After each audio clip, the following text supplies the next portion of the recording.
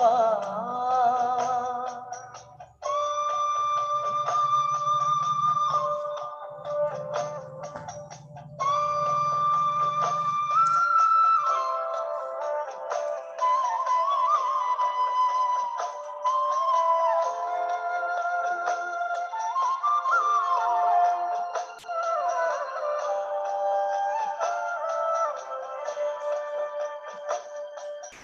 भाग्य विधाता भगवान के बच्चे हो तुम, ये जान लो, वो है हमारा, हम उसके सच्चे सदा, ये मान लो। आया है वो स्वर्ग लिए, आया है वो स्वर्ग लिए, देने तुझे तेरे द्वार। तुम जैसा और कोई नहीं, तुम जैसा और कोई नहीं।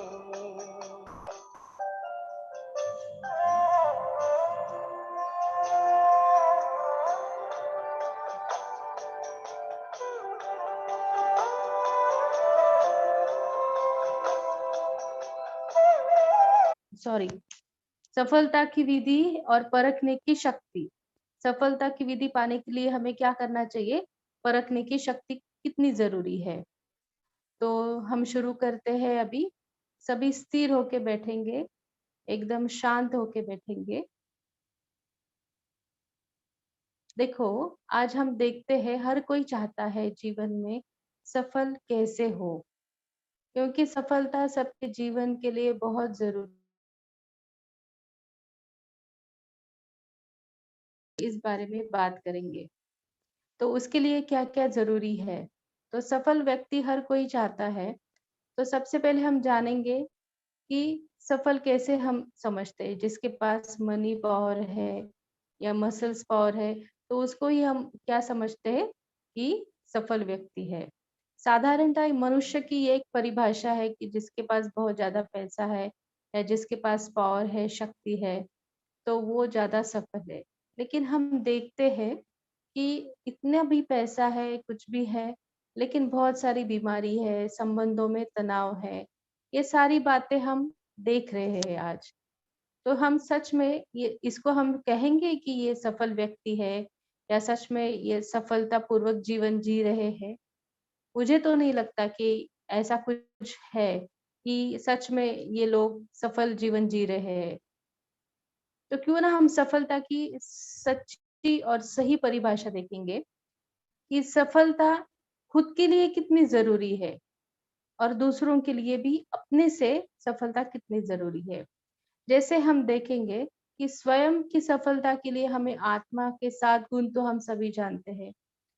तो जिसके पास सुख, शांति, समाधान, पवित्रता, नैतिकता, ब्लिस सब कुछ है, मुझे लगता है वो सबसे ज्यादा सफल व्यक्ति होगा। और जो दूसरों को भी सफलता के लिए प्रेरित करता है। जैसे अगर हम कहेंगे मनसा वाचा कर्मणा, संबंध संपर्क में हम कैसे व्यवहार करते हैं। जैसे समझो, अगर हम किसी के साथ मनसा से हम क्या सोचते हैं।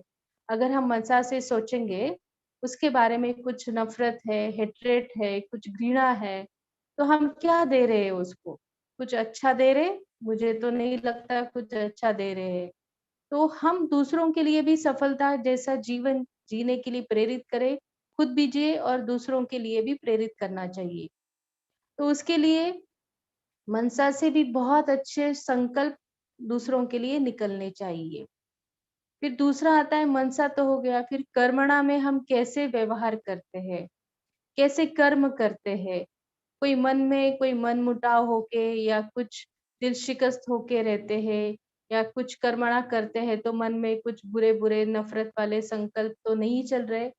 अगर ऐसा कुछ चल रहा है तो भी हमें बहुत मुश्किल होती है, क्योंकि हम जैसा कर्म करेंगे वैसा हमें मिलना ही है। तो क्यों ना हम उसमें सुधार कर सकते हैं।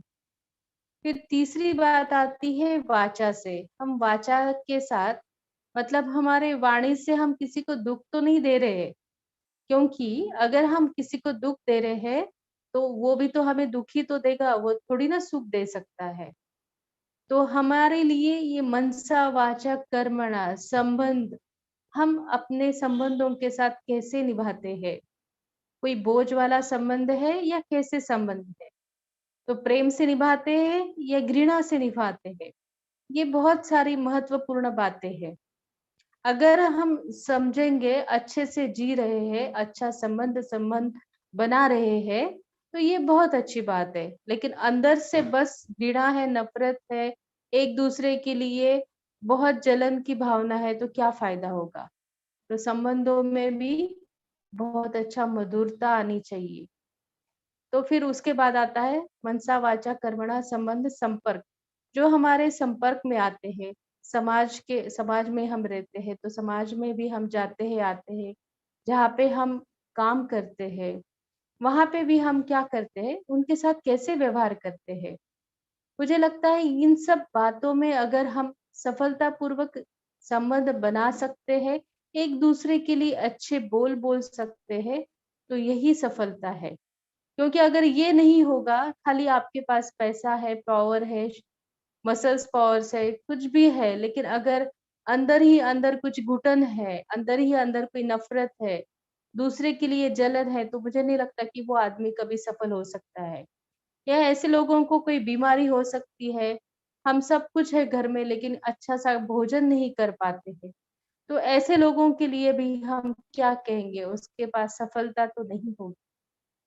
तो ये सफलता कैसे समझना चाहिए अपने जीवन के लिए, एक महत्वपूर्ण बातें है। तो अभी हम देखेंगे कि सफलता और परखने की शक्ति, इन दोनों में क्या संबंध है। क्योंकि अगर हमें सफल होना है जीवन में, तो हमें परखना आना बहुत जरूरी है। और परखने के लिए हमें क्या चाहिए? निर्णय शक्ति। जैसे कि हम बोल सकते हैं, एक ही सिक्के के दो बाजू है। जैसे हेड अगर परखने की शक्ति है, तो टेल निर्णय करने की शक्ति है। तो ये हमें समझना चाहिए। तो मैं आपको यहाँ पे एक उदाहरण बताऊंगी कि परखने के लिए, अगर आपके सामने कोई बुक रखा है, उसका बहुत अच्छा कवर है, और आपको लग रहा है ये बहुत सुंदर बुक है, लेकिन आपने अगर वो बुक पढ़ा ही नहीं, उसको अंदर क्या लिखा है वो जाना ही नहीं, तो हम बस बाहरी रूप से हम नहीं कह सकते कि ये बहुत सुंदर है, क्योंकि हमें उसके बारे में कुछ भी ज्ञात नहीं है, कोई भी नॉलेज नहीं है कि इस बुक में हम क्या है, इसके कंटेंट क्या है, इसमें क्या लिखा है। तो ये बहुत ज़रूरी है कि हमें वो पता होना चाहिए, तभी हम किसी के बारे में या बुक्स के बारे में बोल सकते हैं। उसी तरह से इंसान भी तो है, अगर हम किसी के इंसान के बारे में पहचानना है, उसको परखना है, तो उसको भी तो समझना चाहिए, उसको भी तो जानना चाहिए कि ये व्यक्ति कैसा है। तो उसको भी तो पढ़ना चाहिए, ऐसे तो हम नहीं परख सकते ना। उसके लिए और एक मैं आपको उदाहरण दूँगी, जैसे कंपनी में इंटरव्यूज़ होते हैं, जैसे एचआर टीम आती है कंपनी में, तो बहुत सारे इंटरव्यूज़ होते हैं, जैसे पर्सनल इंटरव्यू होता है, टेक्निकल होता है, ग्रुप डिस्कशंस होते हैं। बहुत सारे इंटरव्यू होने के बाद उस व्यक्ति को हम जॉब के लिए हाँ बोलते हैं। ऐसे तो नहीं बोलेंगे डायरेक्टली कि चलो आप जॉइन हो जाओ, ऐसे तो नहीं बोलेंगे, क्योंकि हम उस व्यक्ति को पहले परख लेते हैं, उसी के बाद हम समझ सकते हैं कि अरे हाँ, कंपनी में इसकी ज़रूरत है और इससे कंपनी ग्रो करेगी और अच्छा बिज़नेस ये कर सकता है पर्सन। तो इसीलिए हम उसको क्या करेंगे, जॉब के लिए हाँ बोलेंगे। तीसरा उदाहरण मैं आपको दूँगी कि जैसे कि हम कोई एक दुकान है या कहीं पे हम जा रहे हैं जॉब के लिए या कहीं शॉप है, तो वो भी अगर हमें चाहिए, तो हम क्या करते हैं, हर जगह से देख लेते हैं कैसी जगह है, क्या जगह है, वो कैसा व्यक्ति है, क्या है, हमें लेना चाहिए या नहीं लेना चाहिए। वहाँ पे भी हम देखते हैं, तो हम हर जगह पे पूरे दिन में सुबह से लेके शाम तक निर्णय करना और परखना, ये जैसे हमारे जीवन का अभूतपूर्ण अंग हो चुका है। तीसरी चीज मैं आपको और एक उदाहरण दूंगी। एक गांव में एक आदमी आता है, उसके पास 2 हीरे होते हैं।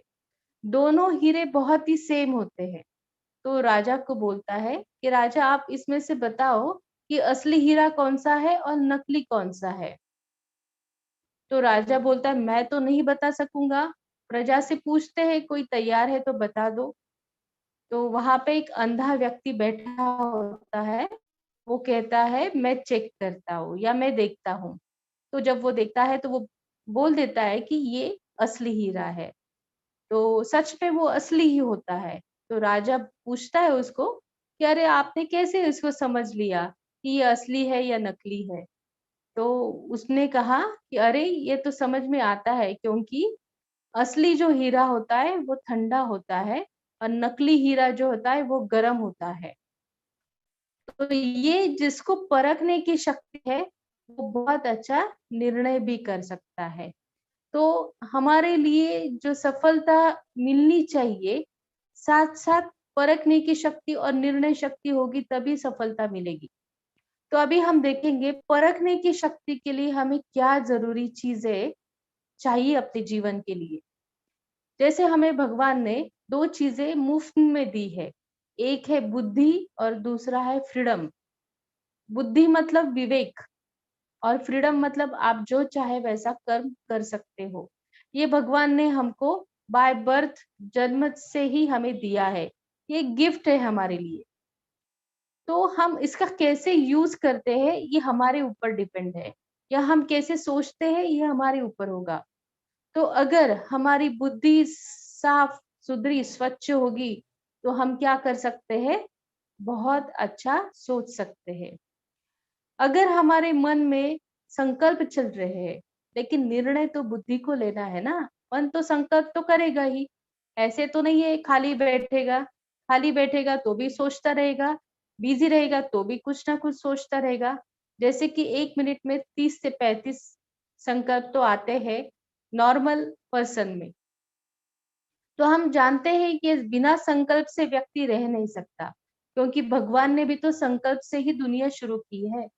बिना संकल्प से तो शुरू नहीं की ना।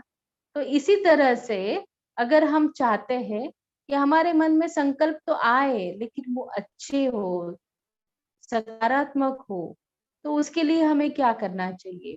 तो सबसे ज़रूरी बात है कि हमारी मन और बुद्धि दोनों स्वच्छ होना चाहिए।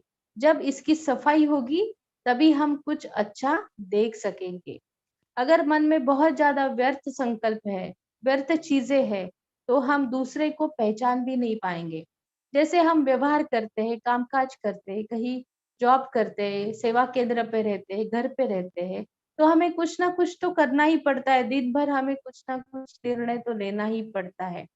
तो वो निर्णय लेने के लिए भी तो हमारी क्षमता होनी चाहिए। तो उसके लिए हमारी मन और बुद्धि दोनों साफ हो, ये बहुत ज़रूरी होता है। तो इसके लिए हमें क्या करना चाहिए? क्योंकि व्यर्थ संकल्प तो मन में आएँगे ही आएँगे। तो इसके लिए मैं आपको एक उदाहरण बताऊँगी कि जैसे एक दिन गौतम बुद्ध गाँव में प्रवचन कर रहे थे।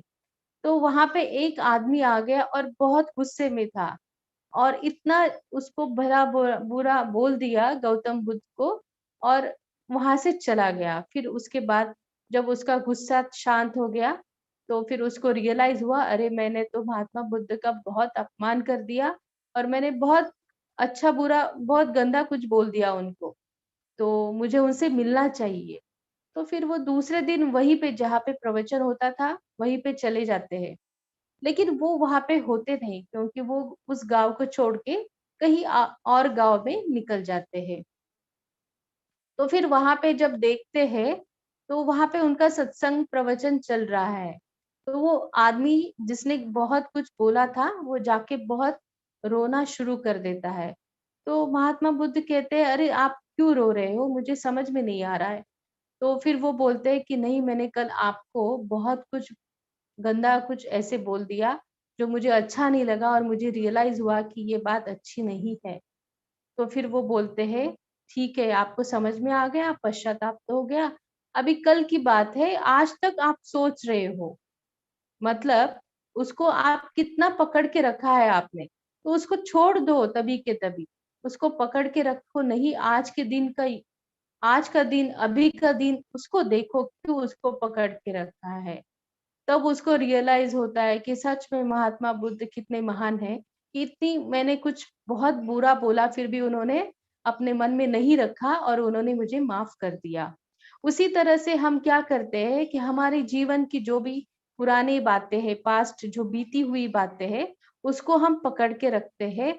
तो क्या होता है, बुद्धि में वही संकल्प विकल्प में और बहुत सारे विचारों में और सबसे ज्यादा नकारात्मक सोच में रहते हैं। तो क्या हो जाता है, हमारी बुद्धि ना थक जाती है इस विचारों से, उसको वीकनेस आ जाता है। जैसे हम एक्सरसाइज करते हैं तो अच्छा लगता है, फिर ज्यादा ओवर टाइम काम करते हैं तो क्या हो जाता है, जैसे बॉडी थक जाती है।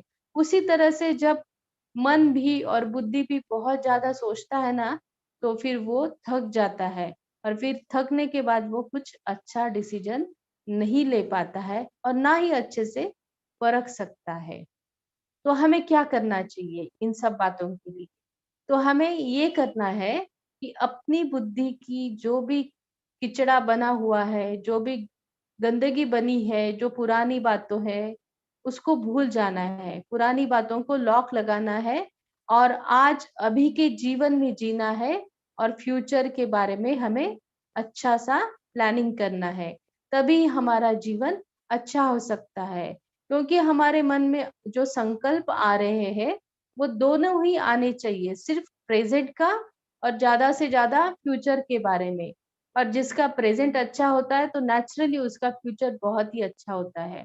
तो हमें पास्ट की बातों को भूल जाना है, लेकिन कभी कभी संकल्प आते हैं, कुछ ऐसी बातें होती है कि जिसको हम भूल नहीं पाते हैं। जैसे किसी की, अपने जो नजदीक वाले हैं जिनकी डेथ हो जाती है, या कोई बीमार हो जाता है, कुछ प्रॉब्लम आ जाती है, संबंधों में तनाव बढ़ जाता है, तो हम इसको भूल नहीं पाते हैं। हम बहुत भूलने की कोशिश करते हैं, फिर भी वो संकल्प हमें बार बार आते हैं और हमारा जो पूरा दिन है वो कभी कभी खराब हो जाता है। कभी कभी नींद भी नहीं अच्छे से आती है, क्योंकि वही विचार शुरू हो जाते हैं। तो हमें इसके लिए क्या करना चाहिए? क्योंकि हम अगर 2 साल पुरानी कोई बात है, उसको अभी भी पकड़ के रखा है, अभी मन में तो विचार चलेंगे, क्योंकि संकल्प के बिना तो मन काम नहीं करता है, क्योंकि उसको तो संकल्प आने ही आने हैं। तो हमें क्या करना है, उसको समझना है, उसको समझाना है। जैसे अगर हम कहेंगे छोटे बच्चे को आप वहां पे नहीं जाओ, तो वो बच्चा वहां पे जाएगा। वैसे ही अगर हम बोलेंगे कि ये संकल्प नहीं आना चाहिए, तो ये संकल्प आना ही है। तो उसके लिए हमें क्या करना है कि वो संकल्प ना आए, उसके लिए हमें 2 साल पुरानी जो भी घटना होके गई है, वहां पे पहुंचना है। अगर किसी की मृत्यु हो चुकी है या किसी को बीमारी हो चुकी है या कोई संबंध तनाव है, तो वहां पे जाके हमें उसको बहुत अच्छी शुभ भावना, शुभकामना देके वो अच्छा होने की कोशिश करनी है और अपने मन को समझाना है कि नहीं, ये रिश्ता ठीक हो जाएगा। इससे मुझे अच्छा महसूस होगा। और क्या होगा कि जो भी रिश्तेदार या किसी की डेथ हो चुकी है, तो वो तो अभी हमें बाबा का तो ज्ञान मिला हुआ है, जो कर्म जैसे करेंगे। ड्रामा का भी ज्ञान है कि हमें पता है कि अभी मृत्यु होने के बाद तो यहाँ का जो उनका पार्ट था वो तो खत्म हो चुका है। अभी उनको नेक्स्ट बर्थ भी तो चाहिए, उनको वहां पे जाके भी उनका कुछ अलग पार्ट होगा। ये भी हमें पता है, क्योंकि हम बाबा के बच्चे हैं तो हमको आदि मध्य अंत का ज्ञान होता है। तो इस तरह से हम अगर समझ लेते हैं, अपने मन को समझाते हैं अच्छे से, तो व्यर्थ संकल्प जो आना है वो बहुत कम आते हैं और आते ही क्या हो जाता है, हम उसको समझा लेंगे तो बहुत हद तक हमारी बुद्धि साफ हो जाएगी। और जैसे ही बुद्धि साफ हो जाती है, विवेक काम करने लगता है, अच्छे निर्णय करने लगता है। अगर अच्छे निर्णय करेंगे, वो किस बेसिस पे होंगे? वो परखने की शक्ति के बेसिस पे होंगे। और परखने के लिए हमें क्या चाहिए? मन और बुद्धि की सफाई चाहिए। तो ये दोनों भी अगर एक साथ मिल जाते हैं तो क्या हो जाता है?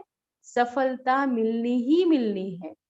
तो इसी तरह से अगर हम अपने जीवन के बारे में भी अगर सोचते हैं कि क्यों नहीं हमें हम बहुत कुछ कोशिश करते हैं, बहुत कुछ करना चाहते हैं लेकिन हो नहीं पाता है, क्योंकि हम उसके साथ दृढ़ता भी नहीं मिलाते हैं। क्योंकि जब तक हमारे साथ निर्णय शक्ति है, परखने की शक्ति है, लेकिन साथ-साथ दृढ़ता भी होनी चाहिए। और जिसके पास दृढ़ता है मतलब मुझे ये करना ही है, मुझे ये सब कुछ मुझे आना ही है। अगर कोई कुछ एजुकेशन ले रहे हैं तो उसके लिए भी मुझे ये करना ही है। कोई बिज़नेस कर रहा है तो मुझे ये करना ही है। क्योंकि अगर मुझे बाबा ने कहा है मुझे आत्मिक स्थिति में स्थित रहना है तो मुझे रहना ही है। तो इस तरह से अगर हम दृढ़ता को साथ लेके चलेंगे और साथ-साथ निर्णय शक्ति और परखने की शक्ति अगर साथ होगी, तो सफलता आपको मिलनी ही है। इसी तरह से हम अपने जीवन में हर क्षेत्र में, हर कार्य क्षेत्र में, चाहे सेवा केंद्र, घर पर, कहीं पे भी हो, हम सफल हो सकते हैं। इसी तरह से अगर आपको सफलता पानी है, तो परखना, निर्णय करना और दृढ़ता, ये तीनों शक्ति बहुत ज़रूरी है। और ये तीनों अगर साथ आ जाती है, तो आपको समाने की शक्ति, समेटने की शक्ति, जो बाबा ने कहा है अष्ट शक्तियाँ, वो अपने आप आपके पास आ ही जाएगी। और इसके लिए हमें क्या करना है? मेडिटेशन भी करना है और आत्मिक स्थिति में स्थित भी रहना है और बुद्धि की और मन की सफाई भी करनी है। तो अभी हम मेडिटेशन करेंगे और दीदी अभी जो कहेंगे आगे हम थोड़ा-सा स्थिर होके बैठेंगे। सभी एक ही जगह पे बैठना, आराम से रिलैक्स होके बैठो। थोड़ा-सा डीप ब्रीथ ले लो। मन और बुद्धि एकदम स्थिर होनी चाहिए।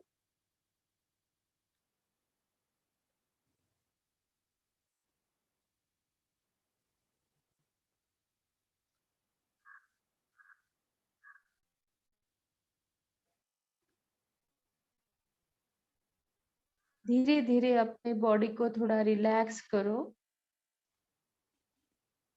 आराम से बैठो।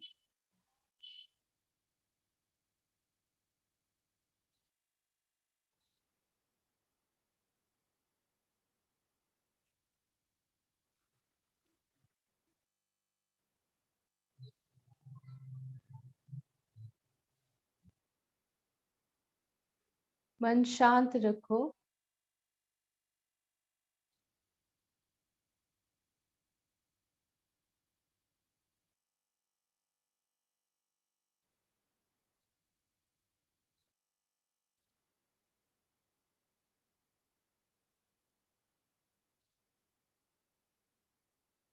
धीरे-धीरे एकदम मन को शांत करो।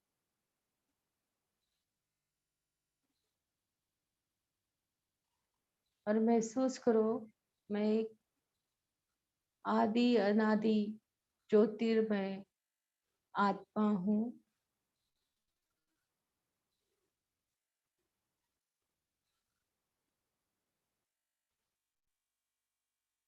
मैं आत्मा बहुत शांत स्वरूप हूँ।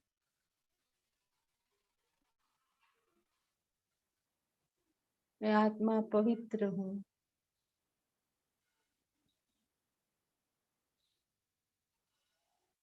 मन को स्थिर करो।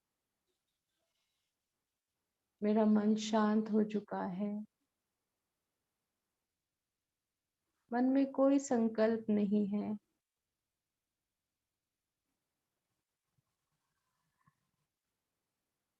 अपने शरीर को रिलैक्स महसूस करो। सीधा बैठो।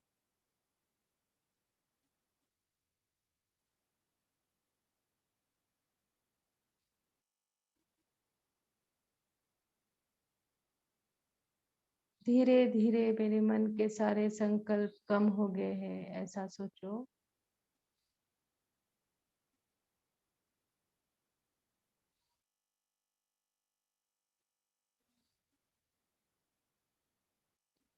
धीरे धीरे मेरा मन शांत हो चुका है, तनाव से पूर्ण विरहित है।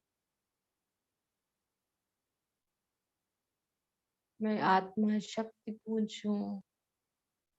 महसूस करो बाबा की सारी किरणें मेरी आत्मा के ऊपर आ रही है और मैं धीरे धीरे सूक्ष्म वतन में पहुंच चुकी हूँ।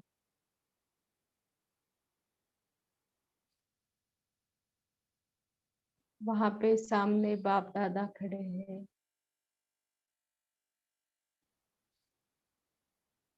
महसूस करो मेरे सामने बाप दादा बैठे हैं।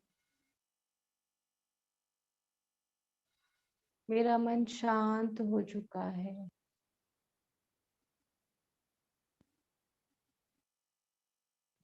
मन में कोई तनाव नहीं है।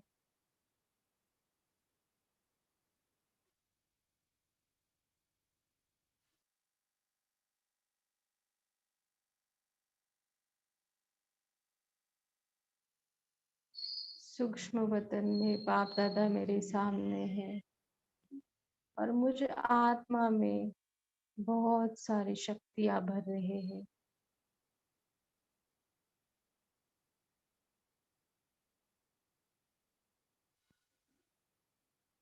मैं आत्मा शांत स्वरूप हूँ।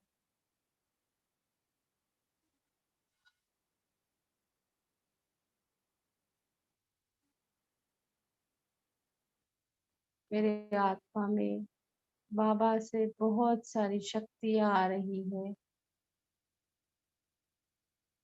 महसूस करो बाबा मुझ में बहुत सारी शक्तियां भर रहे हैं।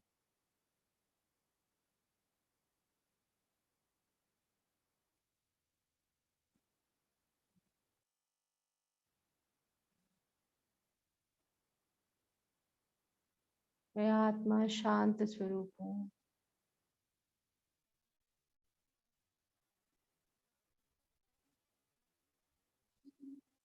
बाबा का वरदानी हाथ मेरे सर पर है और बाबा मुझ में सारी शक्तियां भर रहे हैं।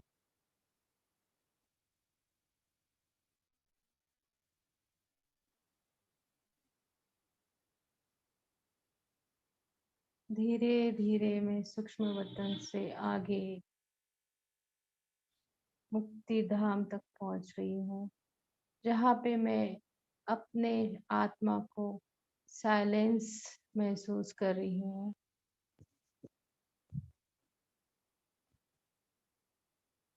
मेरी आत्मा शांत हो गई है।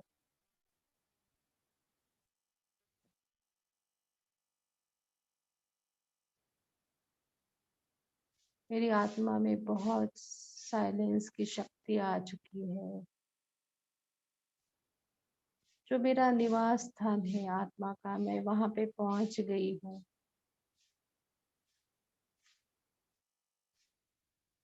मैं आत्मा खुद को अच्छा महसूस कर रही हूँ।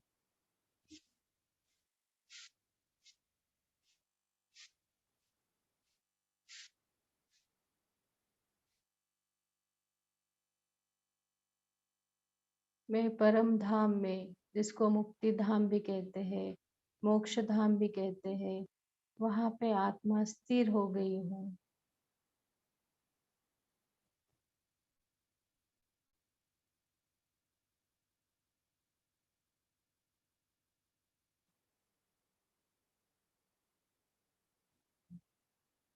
और धीरे धीरे वहां से मैं नीचे आ रही हूँ। मुझे आत्मा में इतनी शक्ति आ चुकी है, बहुत सारी साइलेंस की शक्ति आ चुकी है। मैं एक पवित्र आत्मा बन चुकी हूँ। वहां से मैं धीरे धीरे नीचे आ रही हूँ।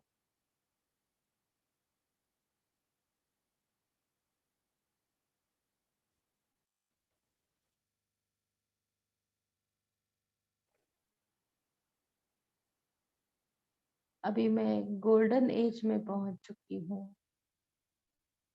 अपने आप को महसूस करो, मैं गोल्डन एज में पहुंच चुकी हूँ।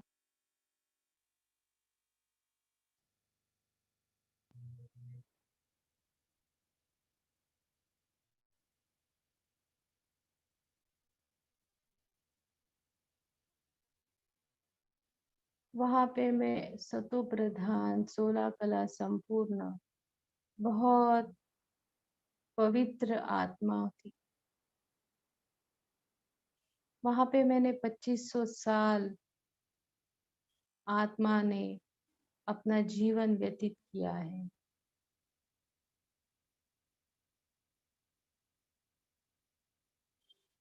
वहां पे आपको 10 मिनट बैठना है। वहां पे आपको महसूस करना है कि मैं एक पवित्र आत्मा हूँ, मैं 16 कला संपूर्ण आत्मा हूँ।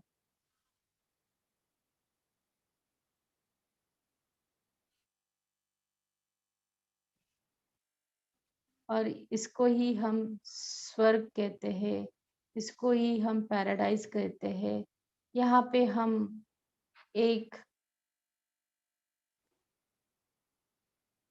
देवता के स्वरूप में रहते हैं।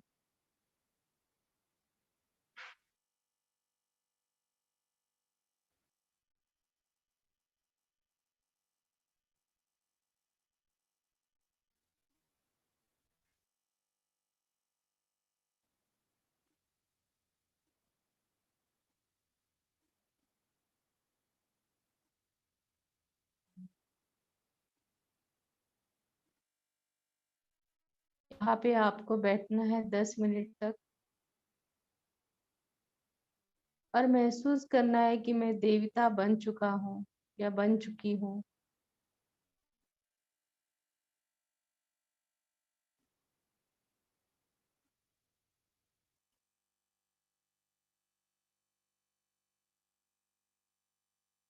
इसको ही अल्लाह का बगीचा कहते हैं, इसको ही परिस्तान कहते हैं।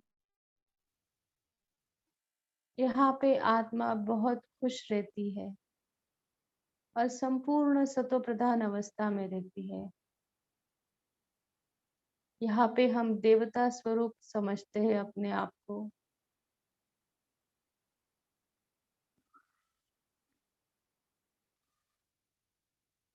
स्थिर हो जाओ और महसूस करो कि मैं सतयुग से नीचे, त्रेता से नीचे द्वापर में पहुंच चुकी हूँ, जहाँ पे सब देवताओं की पूजा शुरू हो गई है।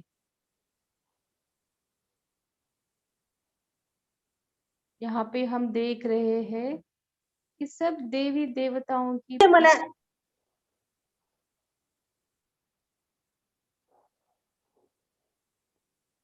और धीरे धीरे हम जहाँ पे थे सतयुग से त्रेता, त्रेता से द्वापर तक पहुंच गए हैं। और द्वापर से अभी आप देखेंगे यहाँ पे देवी देवताओं की पूजा शुरू हो रही है, यानी कि हम अपना स्वरूप देख रहे हैं।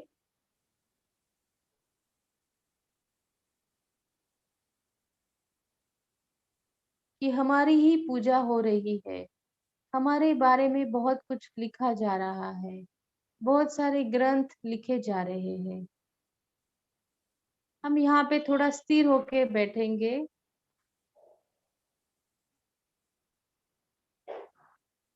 मेरा मन और बुद्धि शांत हो चुकी है।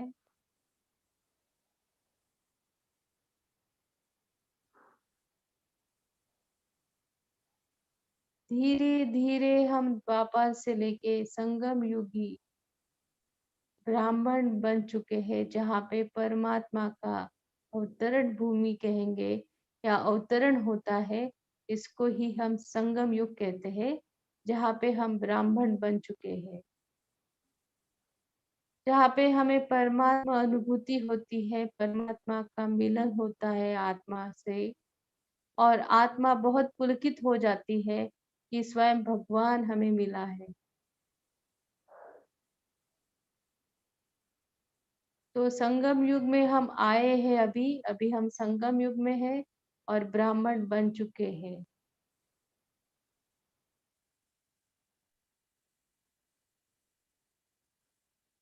और धीरे धीरे धीरे हम अभी ब्राह्मण से धीरे धीरे फरिश्ता बन रहे हैं।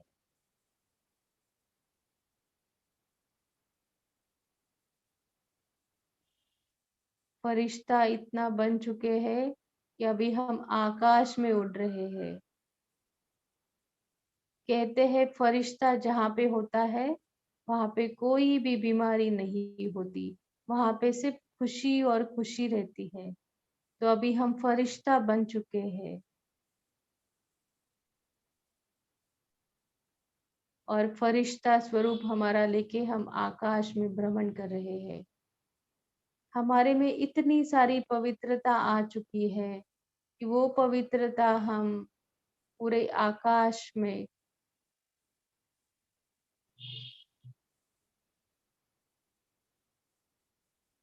पूरी धरती पे हम उसको फैला रहे हैं। पूरी दुनिया में वो पवित्रता की किरणें हमारी तरफ से जा रही है। मैं फरिश्ता अपने आप को बहुत खुश महसूस कर रही हूँ। मैं आत्मा फरिश्ता बन चुकी हूँ। अभी हम फरिश्ते रूप में रहेंगे 10 मिनट तक।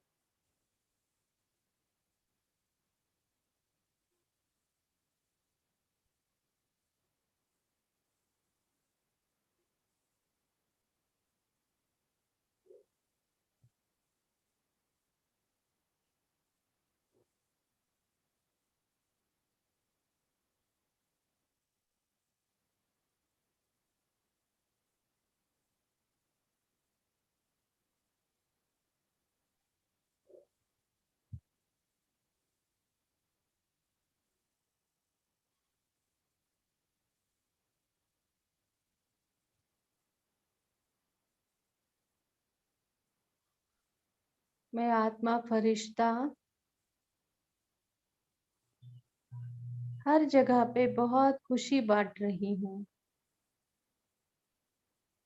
पूरी दुनिया में मैं जा रही हूँ। अभी मैं भारत में हूँ। भारत के गुजरात में हूँ। गुजरात में पहुंच चुकी हूँ।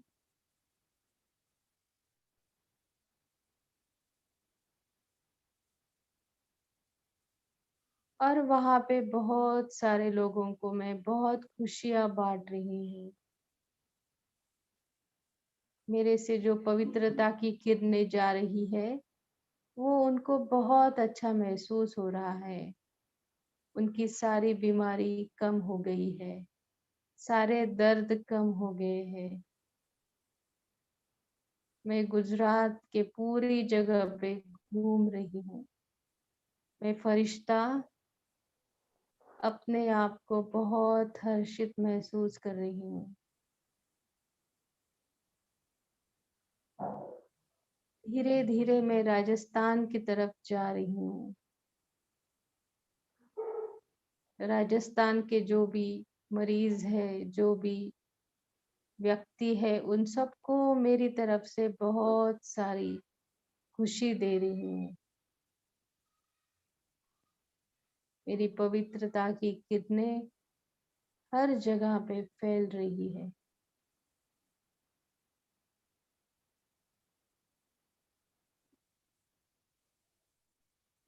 मैं एक पवित्र आत्मा हूँ और वो पवित्रता की किरणें फरिश्ता के रूप में मैं दे रही हूँ।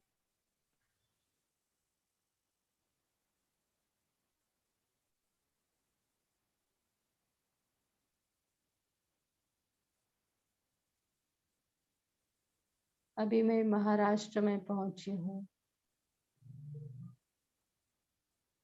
महाराष्ट्र के हर कण में, हर कण कण में, हवा में, हर जगह पे मेरी पवित्रता की किरणें पहुंच रही है।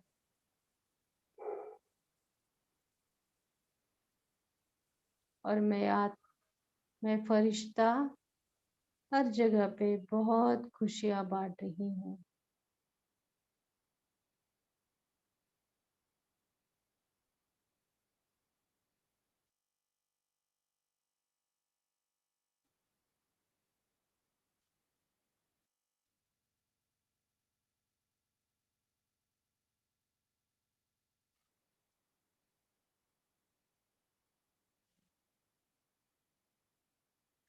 धीरे धीरे मैं महाराष्ट्र से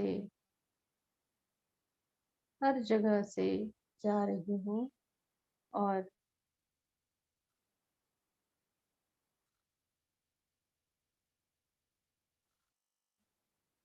धीरे धीरे यूपी, बिहार, झारखंड की तरफ जा रही हूँ।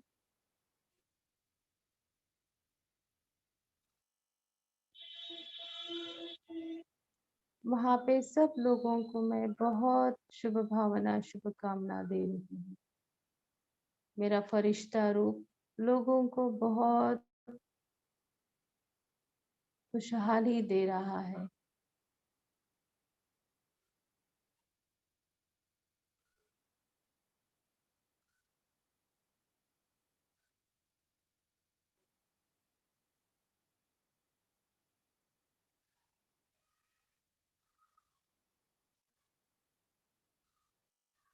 धीरे धीरे मैं साउथ की तरफ जा रही हूँ।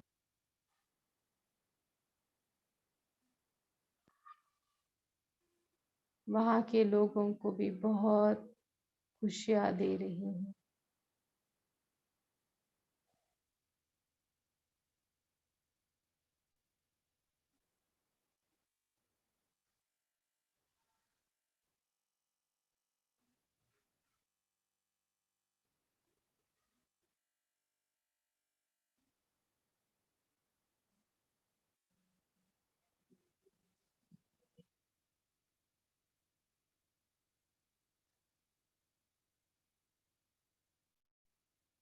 अभी मैं नॉर्थ की तरफ जा रही हूँ।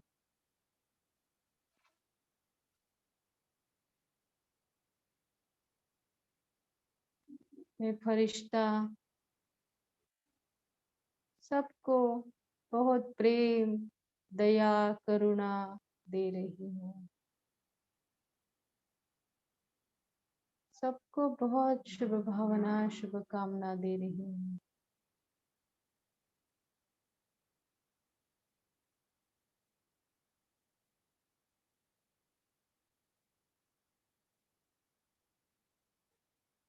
मेरा फरिश्ता रूप सबको बहुत विलोभनीय है और सभी उसी में बहुत मग्न है और मैं अपना पूरा सहयोग सभी को कर रही हूँ। धीरे धीरे मैं साउथ, नॉर्थ, ईस्ट, वेस्ट की पूरी भारत की भ्रमण कर चुकी हूँ।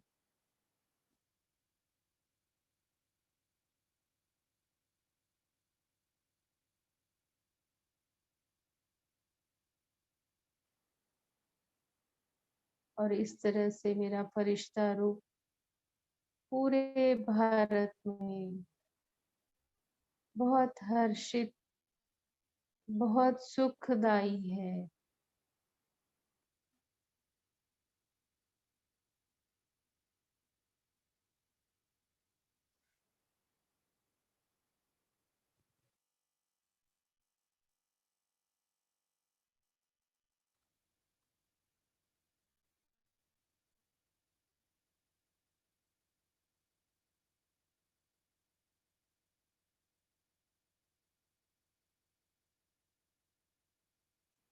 अब मैं धीरे धीरे अपने साकार लोक में पहुंच चुकी हूँ,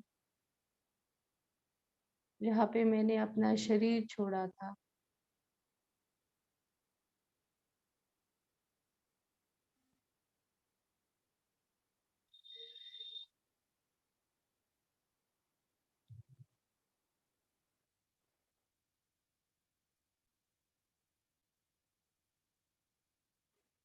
और आत्मा शरीर में पहुंच चुकी है।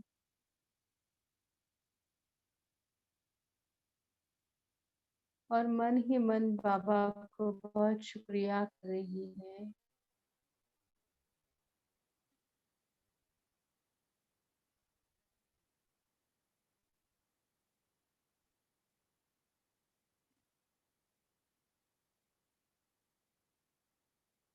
बाबा का बहुत बहुत धन्यवाद कर रहे हैं।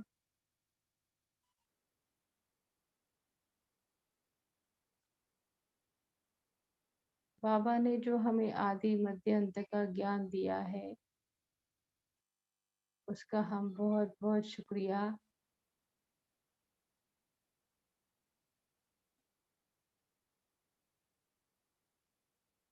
शुक्रिया करते हुए दिल से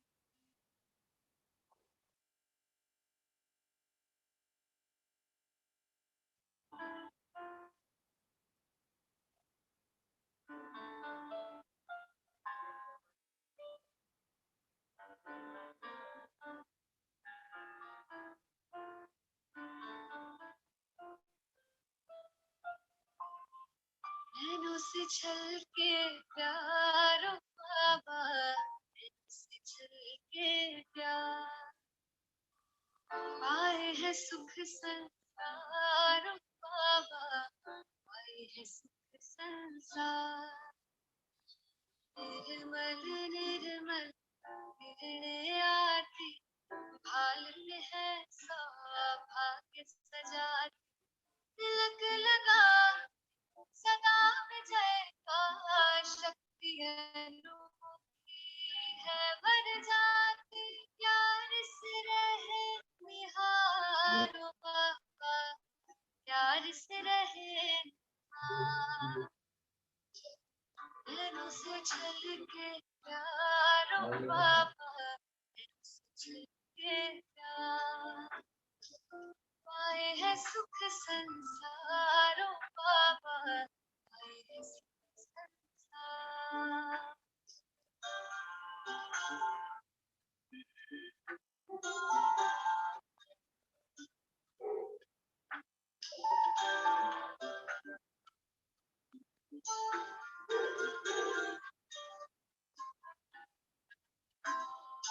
ऐसे पल फिर कब आएंगे, कल्प भर में ना पाएंगे, प्यास बुझा ले युगों युगों की, जन्म सफल हो जाएंगे।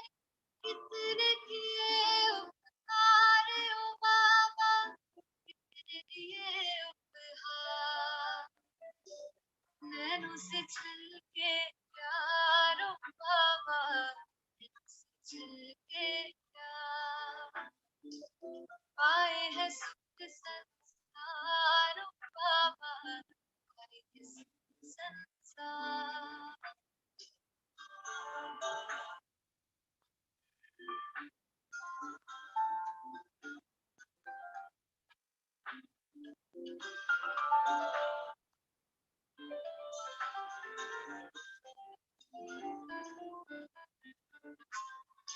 वरदानों से सजा रहे हो, अरमान